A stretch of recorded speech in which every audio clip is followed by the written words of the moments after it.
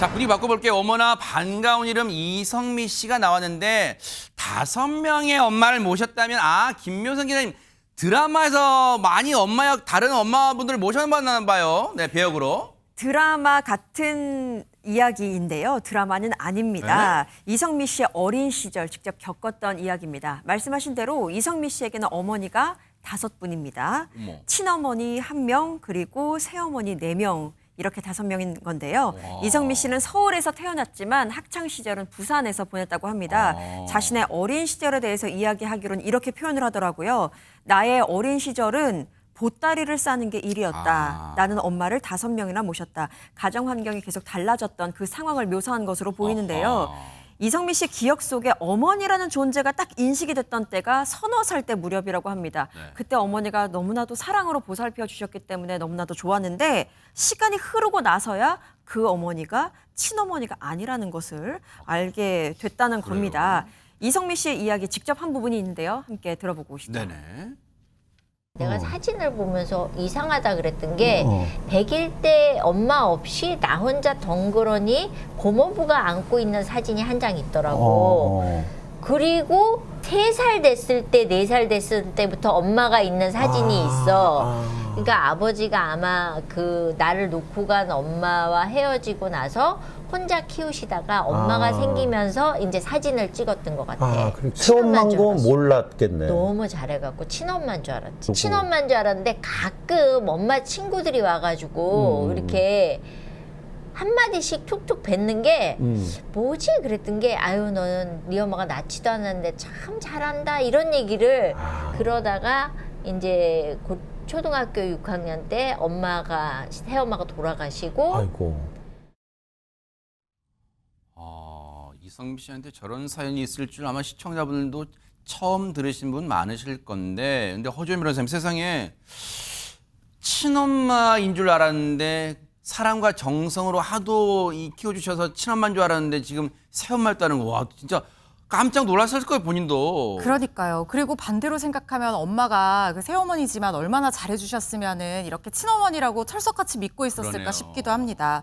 자기는 진짜 이 기억 속의 어머니라는 존재가 이 아이가 너무 어릴 때 말고 어느 정도 좀 인식이 될 때부터는 당연히 우리 엄마라고 생각을 한 거예요. 그래서 저렇게 주변에서 엄마 친구들이 와서 낳은 엄마가 아닌데 잘해준다 뭐 이런 얘기를 할 때도 이게 무슨 소린가 나이도 어리고 하니까 좀 감이 없었던 것 같아요. 그리고 예전에 우리 어렸을 때는 저도 어렸을 때 엄마 아빠 안 닮았다고 그 다리 밑에서 주워온 거 아니냐 막 이런 얘기하면 제가 삼촌들이 놀리면 울고 그랬거든요. 너 다리 밑에서 주워왔다 이런 농담 많이 하던 시절이었기 때문에 그러려니 이렇게 했다는 거예요. 그런데 이렇게 잘해주던 어머니가 안타깝게도 이성미 씨가 초등학교 6학년 때 그만 세상을 떠나셨다는 겁니다. 그런데 그때 당시에도 아직도 어린 나이였기 때문에 이 죽음이라는 것에 대해서 확실하게 인지를 하지 못하고 아버지가 우니까 그냥 따라 울었을 뿐이지 엄마가 죽었다 너무 슬프다 이런 것 느낄 만한 나이가 아니었던 것 같아요.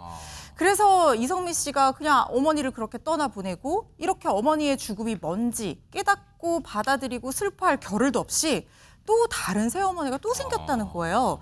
어떤 새어머니였는지 이성미 씨 얘기 좀 더 듣고 이어가 보시죠. 네네. 아버지가 급히 새 장갈 드셨어. 뭐가? 급히 새 장갈 드셨어.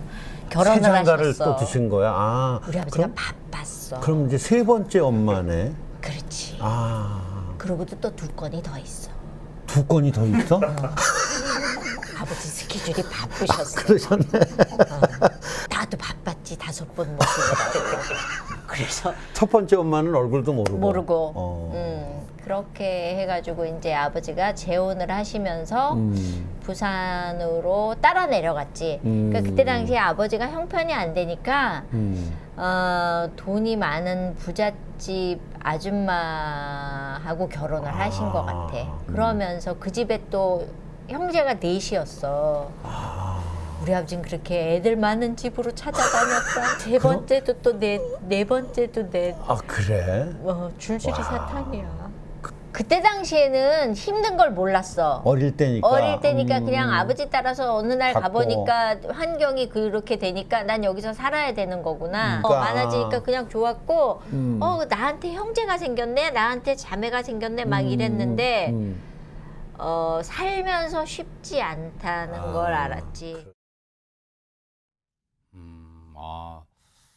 사실 쉽지 않은 얘기잖아요. 가족사잖아요. 근데 최명규 원장님, 야, 진짜 아버지가 재혼할 때마다 원치 않았을 것 같은 그 형제자매가 많은 걸, 야, 그때 당시 어릴 때는 감당 이런 말조차 그냥 그냥 형제가 많아서 살아겠다 뭐 그런 생각이 들었나 봐요, 세상에. 근데 태어날 때부터 혼자 있는 거를 굉장히 잘하는 사람들이 있고 혼자 있는 게 굉장히 괴로운 사람들이 있습니다. 그 괴로움은 외로움이기도 하지만 심심함이기도 한 거예요. 그래서 이제 엄마가 있었을 때는 엄마랑 굉장히 잘해줬다는 거는 굉장히 잘 놀았다는 걸 의미해요. 그러니까 그 엄마가 사라짐으로 인해서 엄마에 대한 그리움도 있지만 결국은 굉장히 아무것도 할 수 없게 된 거예요. 굉장히 심심하고 아무것도 할 수 없게 되는 거죠. 그러다가 보니까 새로운 형제가 많다라는 거는 같이 잘 어울리고 놀면은 심심한 게 없겠다라는 생각이 든 거예요. 그런 다음에 아마 이성민님은 제 생각에는 낯선 상황이라든가 낯선 사람에 대한 어떤 불편감이나 겁 같은 게 적은 분인 것 같아요. 그러다가 보니까 많은 사람들이 있고 좋을 거라고 생각했지만 아마 그 사이에서 이제 반목이 있게 되면서 그러겠죠. 아, 이게 내가 사람들이 많다 그래서 모두가 다 나에게 잘 지내게끔 그렇죠. 나를 잘 대해주는 게 아니구나라고 알게 되면서 이제 힘든 인생이 시작되셨던 것 그럴 같아요. 것 같아요. 어릴 때는 그냥 마냥 형제자매 뭐 언니, 오빠, 동생이 많아서 좋았을 수 있지만 커가면서 보면 이제 머리도 이른바 시체말로 머리도 굵어지다 보면 그게 이제 갈등이 생길 수 있죠. 근데 세상에 이 얘기 아마 처음 들으시면 아까 말씀드렸지만 많으실 거 이런 상황. 근데도 이성미 씨의 그동안 얼굴을 밝은 모습만 봐서 그런지 이럴 일이 있을 줄은 꿈에도 몰랐잖아요. 글쎄, 저도 지금 처음 접했습니다. 저런 가족사가 있으셨다는 거를 저도 몰랐는데 아마 시청자 여러분들도 그렇게 생각하시지 그쵸. 않을까 싶어요. 그런데 또 하나의 얘기거리가 있는 것이 이 이성미 씨는 대학 졸업 때까지 졸업식을 한 번도 못 갔었다고 합니다. 거기에도 이제 우여곡절이 담겨져 있는데요. 초등학교 때는 이제 초등학교 졸업식 날이에요. 근데 아버지가 빚쟁이가 너 학교에 찾아갈지 모른다라는 얘기를 듣고 겁이 나서 졸업식을 못 갔다는 거예요. 중학교 졸업식 때는 연탄가스를 마셔서 그 당시에는 이제 연탄가스 사고가 많았습니다. 그래서 아마 건강 상태 때문에 못 갔던 것 같고요. 고등학교 때는 아마 자취를 했었던 모양인데 늦잠을 자서 제 시간에 못 맞춰서 못 갔고 대학 졸업식 때는 방송 녹화 일정 때문에 녹화가 끝나고 나니까 이미 졸업식이 끝난 시간이어서 가지를 못했었다고 합니다. 그래서 이성미 씨는 졸업사진을 하나도 가지고 있지 못하는 그런 형편에 처했다고 하는데요. 하지만 80년대 이성미 씨는 이제 그 당시에 이제 개그맨이라는 그 용어가 처음 쓰여지고 개그 1세대가 굉장히 큰 활약을 보였었는데 희극인으로서 굉장한 절정기에 전성기를 구가하는 그런 시기를 보내게 되고 이후 90년대에는 잡지사 기자를 했던 남편과 만나서 3남매를 둔 화목한 가정을 이루게 됩니다. 앞서서 소개된 바와 같이 5 어머니를 모셨던 이성미 씨는 3남매를 둔 어머니로 가정을 꾸리게 되는 그런 결과를 맞이하게 된 거죠. 세상에 정말 인생 파란만장한 인생을 살아있다도 과언이 아닌데 그러면 이제 사랑하는 남편과 그리고 3남매를 키우면서 오순도순 막 이야기꽃을 피울 것 같은데 막 그런 생각 드시잖아요. 근데 어느 순간 이성미 씨가 싸늘하게 변해서 입을 꾹 닫아버리게 되는 순간이 있었대요. 왜 그랬을까요? 얘기 들어보시고 이어가 보도록 하겠습니다. 모르고 결혼을 했잖아요. 서로. 그러니까 엄청 싸웠어요. 사이가 나빠진 사이에 제가 너무 찾는 엄마. 엄마가 너무 보고 싶어서 아버지가 돌아가시고 나니까 혹시 내 피부치가 엄마가 있으면 내가 좀 의지를 하겠다라는 생각이 있어서 그러고 있는데 누가 우리 엄마인 것 같다고 연락을 주셨어요. 이제 남편도 옆에 있고 있는데 그 여자분이 자긴 아니라는 거예요. 제가 정말 너무 힘들었어요. 그러니까 마음이 많이 내려앉아서 있는데 우리 남편이 차에 타가지고 나를 위로한다고 딱 시동을 걸고 이제 출발했는데 저한테 농담으로 야, 너는 엄마가 많아서 좋겠다. 근데 그 말에 제가 정말 처음으로 마음의 문이 척커덕 닫히는 소리가 들렸어요. 그걸 말이라고 해? 그랬더니 미안해. 그런데 제가 문을 열고 뛰어내렸어요. 그리고 나서 그날부터 제가 말을 안 하기 시작해서 어머나. 1년 반을 말을 안 하고 남편도 필요 없고 내 편은 아무도 없으니 내가 다른 곳에 가서 살면 너무 좋겠다. 글쎄요. 듣는 저희도 순간 기가 찼어요. 안진용 기자님, 남편분이 그 순간 왜 저런 표현을 했을까요?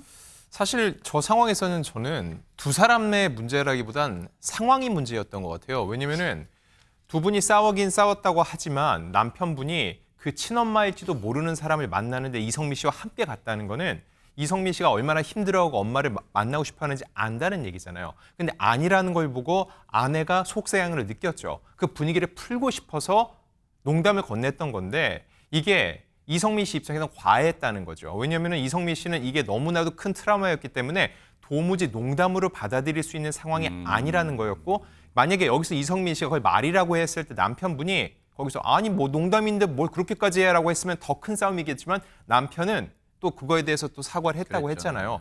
그럼에도 불구하고 이성미 씨한테는 지금도 이렇게 곱씹을 정도로 큰 트라우마하고 아픔이었기 때문에 네. 그때 1년 반 정도 대화를 안 할 수밖에 없었다는 건데 중요한 건 지금 저 얘기를 꺼낸다는 건 지금은 남편과 잘 지내고 있다는 의미로 해석되기 때문에 결국은 이성미 씨가 얼마나 힘든 시기를 겪어왔는지에 대해서 우리가 모두 알 수 있는 그런 계기가 된 것 같습니다. 그러네요. 아마 모르긴 몰라도 그 일을 계기로 남편분도 그러실 거예요.